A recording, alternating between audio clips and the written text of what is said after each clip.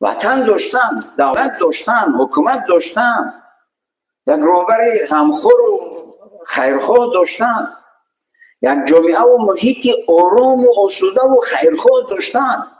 این هم یکی از بهترین نعمت‌های پروردگار است، بهترین نعمت‌های الهی است. مسئولیت جوان نسبت وطن خود یعنی چی؟ در اینجا توجیه خلق کرد در این سرزمین، در سرزمینی که آبش و هوایش همه مثل جنت. و بعضی کشورها روید نفس کشید براتون مشکل است، از گرمی و که از رطوبت و دیگر. حالا ببینید جویهای ما و دایره‌های ما همه آب گواره نوشیدنی. در این مسئله آب هم پیش خیلی اهمیت میدادن، حتی میگفتن که یعنی واقعا هم خیلی است، توف کردن در آب اوبال است، یک در آب پرت شدن اوبال است. متاسفانه حالا ببینید مردم یعنی خیلی از این فرهنگ دور موندن، از این پرهیزگاری و تقوا و خداترسی و تازگی و پاکیزگی و آزادگی و یعنی این همه فرهنگ والای اسلامی و ملی دور موندن. تمام افلاسی رو در جویه ها میپرتویند. در محلی که ما زندگی میکنیم یک جویه هست، دایم تاکید میکنیم با وجود این دو ماه سه ماه بعد اگر یک تازهش کنن چند عربه افلاسی و بگیرن در جویه میپرتویند. این از این دیگر به انصافی و از این دیگر به یعنی خب هیچ ممکن نیست که افلاسی و پلیدی و دیگر رو چیز در جوی آب پرتویند. این همه رو باید که جوان و هر مسلمان باید که احساس کند، مسئولیت حس کند نسبت وطن، نسبت محیط زیست، نسبت اهل خانواده خود، نسبت فرزندان. او سالخورده ناکام میگوید که من یک نوشیدنی و یک کشیدنی رو فرزند و همه بالا میدونستم، حالا همین شد. حالا چی میخواهیم؟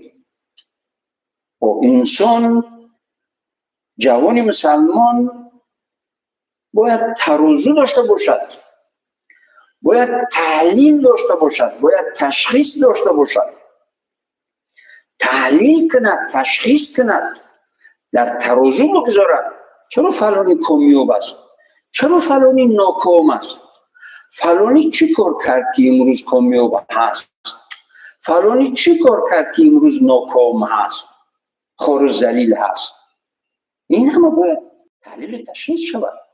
مسلمان باید یعنی چی؟ همیشه باید چهار طرف نظر کند، بسنجد، بیاموزد، درس بگیرد، سبق بگیرد. مسئولیت جوان نسبت وطن خدمت وطن کند. خدمت وطن یکی از عبادت ها هست، خصوصا در موضوع مرزبان ها.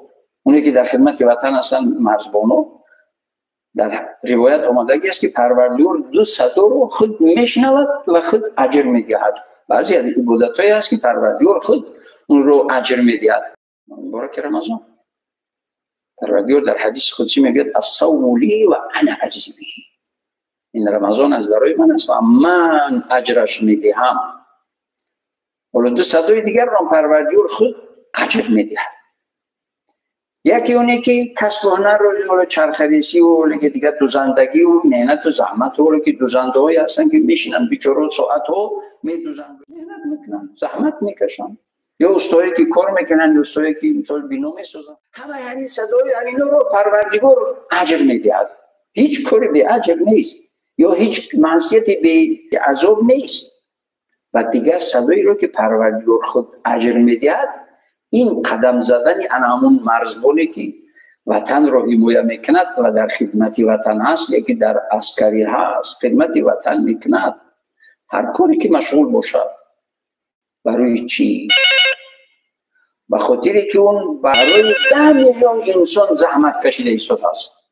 برای 10 میلیون انسان زحمت کشیده ایستاده است. برای همین پروردگار اجر و برکت زیادش میدهد.